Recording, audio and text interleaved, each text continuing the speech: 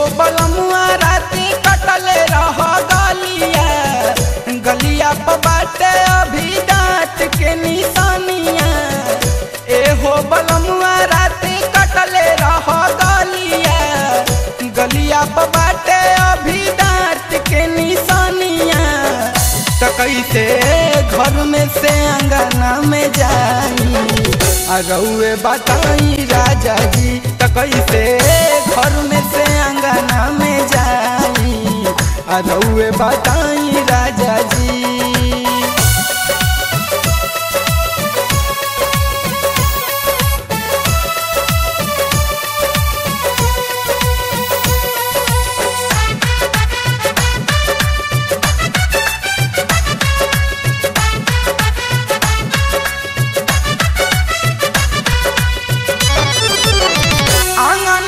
सासू बड़ी औरी गोतिनिया देखिए तह से लगी है तोहरो बहिनिया।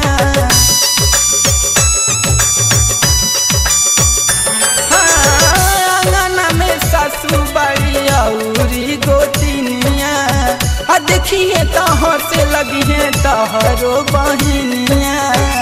ऐसैया घूंघट में कबले छिपाई रउए बताई राजा जी। तो कैसे घर में से अंगना में जाई रउए बताई राजा जी।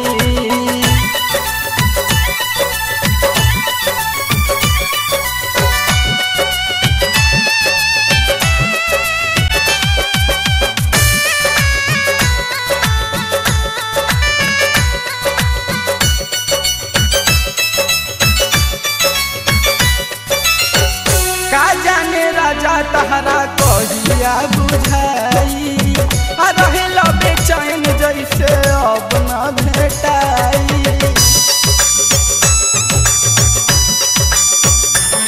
हो का जाने राजा तहरा कहिया बुझाई रहेला बेचैन जैसे अब न भेटाई।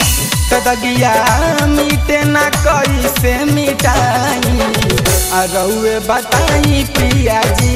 तो कैसे घर में से अंगना में जाई रउए बताई राजा जी।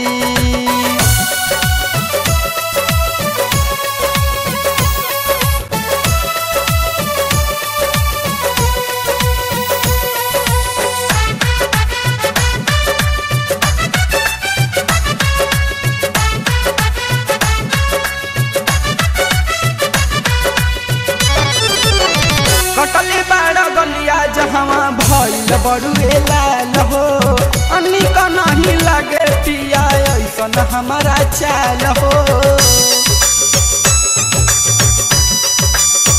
सुनतारनु कटले बाड़ गलिया जहाँ भइल बड़ुए लाल हो, अनिक नहीं लगे पिया ऐसन हमारा चाल हो।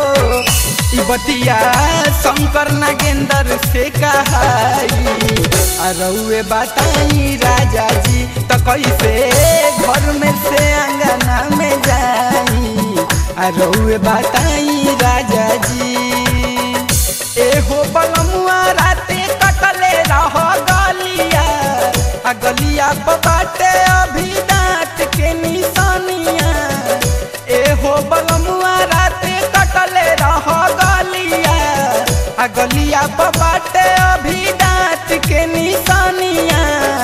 तो कैसे घर में से अंगना में जाई रउए बताई राजा जी। तो कैसे घर में से अंगना में जाई रउए बताई राजा जी।